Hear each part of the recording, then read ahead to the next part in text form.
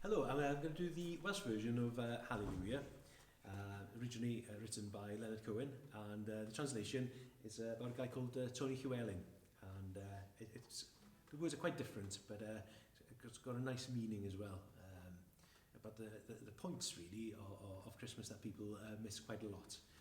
Here we go.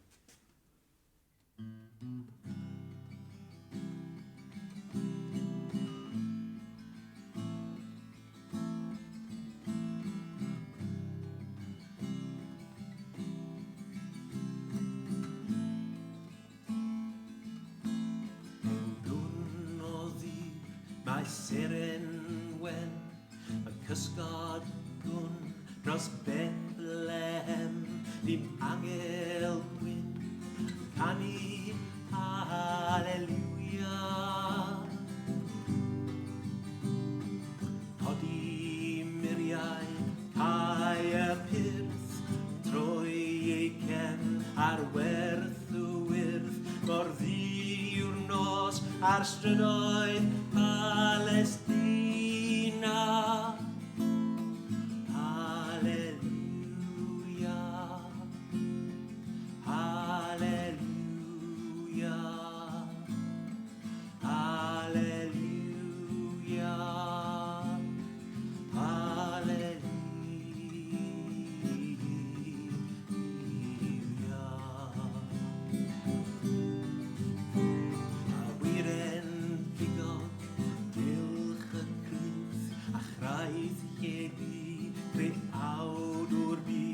Mae gobaith yn on wylo ar ein glinia.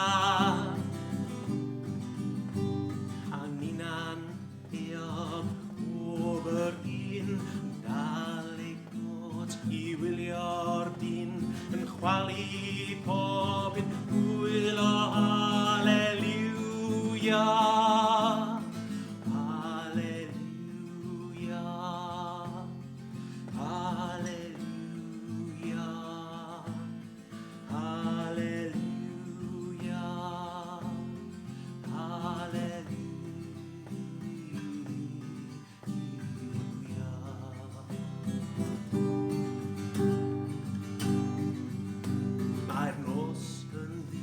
Mae'r nos yn hir, ond ma' 'na rai sy'n gweld y gwir, yn gwybod fod y neges yn fwy na geiriau.